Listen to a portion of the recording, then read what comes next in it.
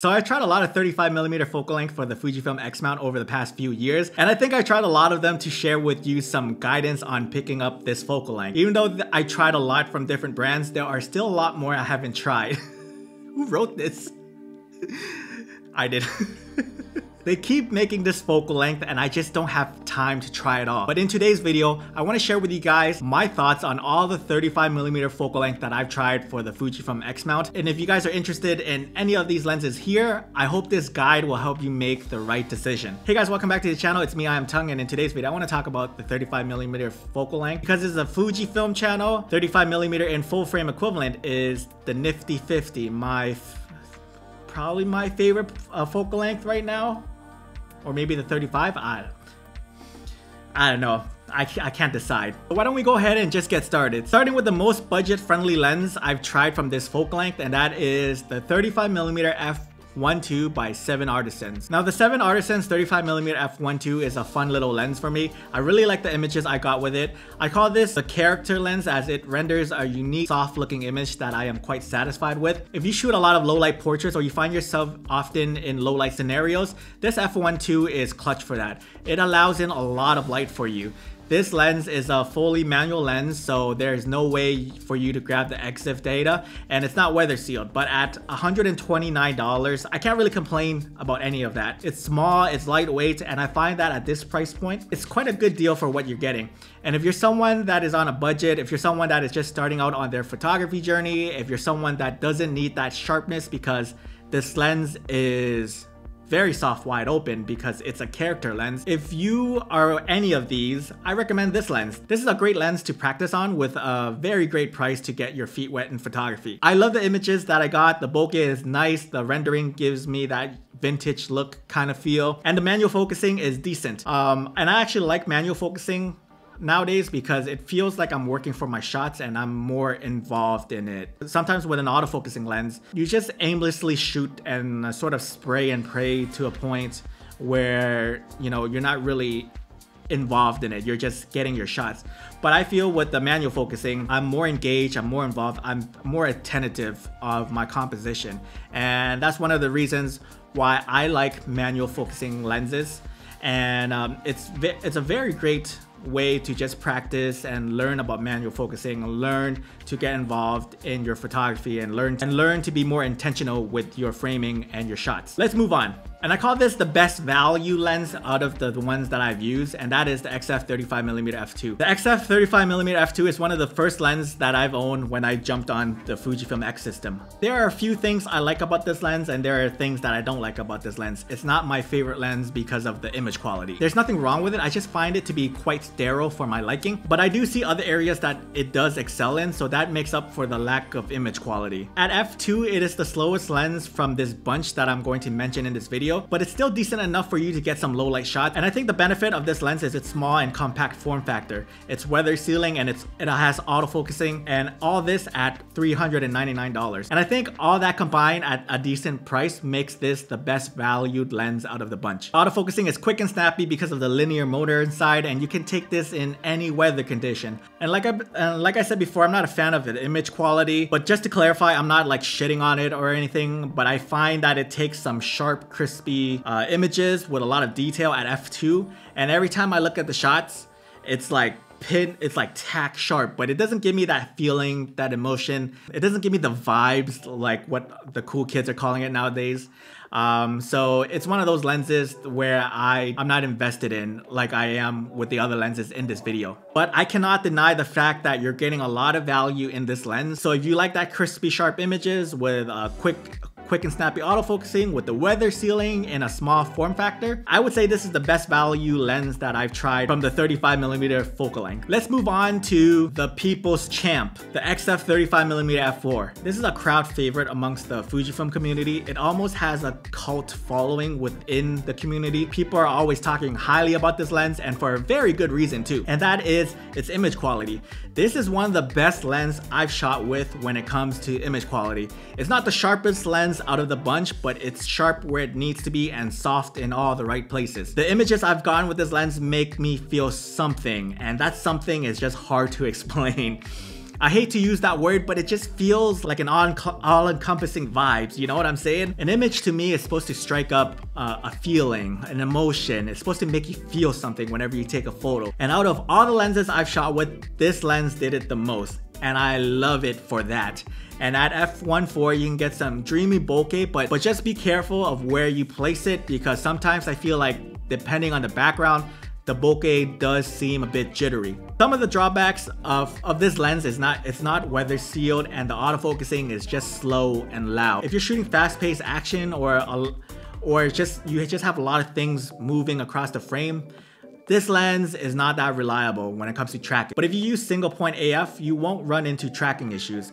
I've been able to get images just fine with this lens, and I love it. It gives a certain characteristic and it has a certain charm to which I love about this lens. This lens is also $599 brand new, but I recommend you seek this lens from like a second-hand market to make this lens have an even better value. I picked this lens up for 450 Canadian dollars before, which is like pennies in American dollars. Pennies!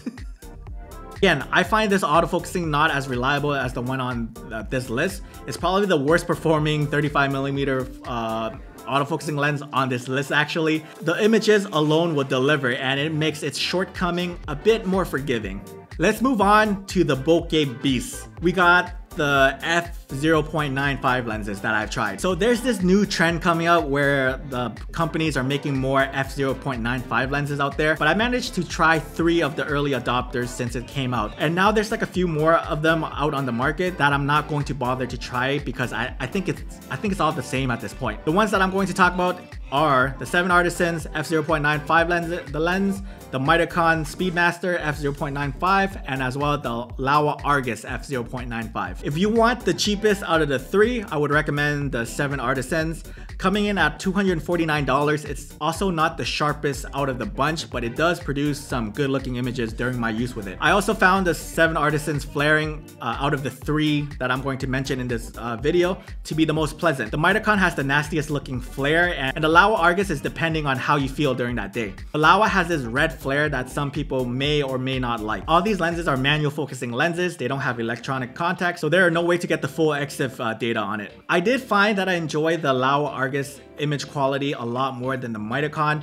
Both lenses are sharp right in the center, wide open, and that's quite impressive because of how shallow it is at f/0.95. But the Laowa to me seems like it holds contrast just a bit better at f/0.95 than the Mitakon. The Laowa does have a long focus throw, and that could be super annoying to turn from minimum focus all the way to infinity, but it's also great because you can actually get a proper reading when you are manually focusing and get it to be very accurate too. And this leads to more focus and sharp photos than missed focus shots and soft photos. The Mitakon was originally $599, which I thought was so overpriced for a lens like that, but now it's at $399, which I find is a bit easier to digest. The Laowa 33mm f/0.95 comes in at $449, so about 50 bucks more. The size of the Argus lens would deter some people away because again, I'm not gonna lie, it's like it's like thick and chunkier than other lenses in the Fujifilm X Mount. And for the people that complain about the size will have an issue with this lens.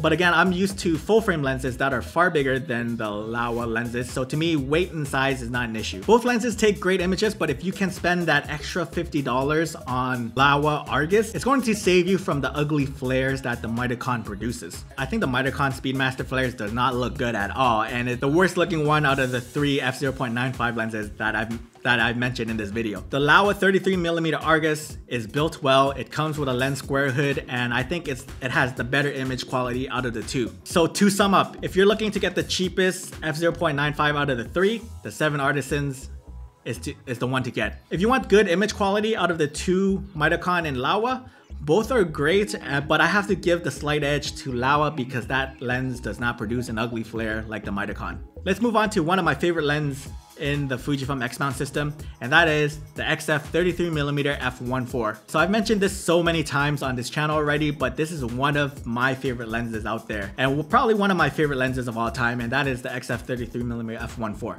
And why is it my favorite? And does it have the same characteristics like the beloved XF 35mm f1.4?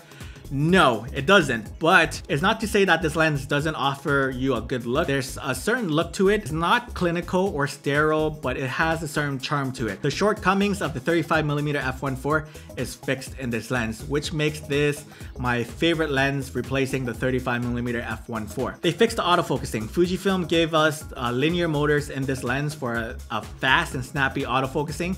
And when tracking with my XH2S, it's an awesome combo. It's such a reliable lens because of that, and it made me sold my 35mm f1.4 because I don't see the point of owning two of the same focal length. It was a hard decision because I really love that 35mm f1.4. The XF33mm is sharper, the bokeh is smoother than the 35. The autofocusing does not make that loud grinding noise it does with the 35mm, and it has weather sealing, which gives me a peace of mind. And also, right now, because of the sale, it's available for $699. So it's only $100 more than the 35mm f1.4. And I would recommend spending that extra $100 to get that reliability. I've been using this lens for over a year now, and I just love it for the reliability.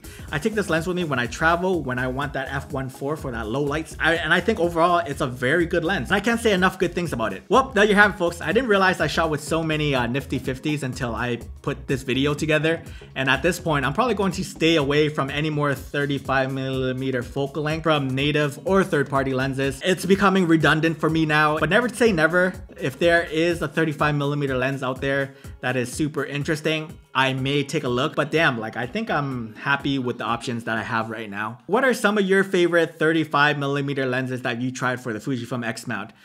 Do let me know in the comments section below, because I'm still missing out on a few out there that I haven't mentioned in this video. And if you are interested in any of these lenses in this video, I'll leave the links to them down in the description box below. And if you find this video helpful, do me a favor and give me a like and subscribe to my channel. I do Fujifilm and photography related content on this channel. So if that's your vibe, please subscribe. And as always, my name is Tongue. I'll see you in the next video. I love you. Okay, bye.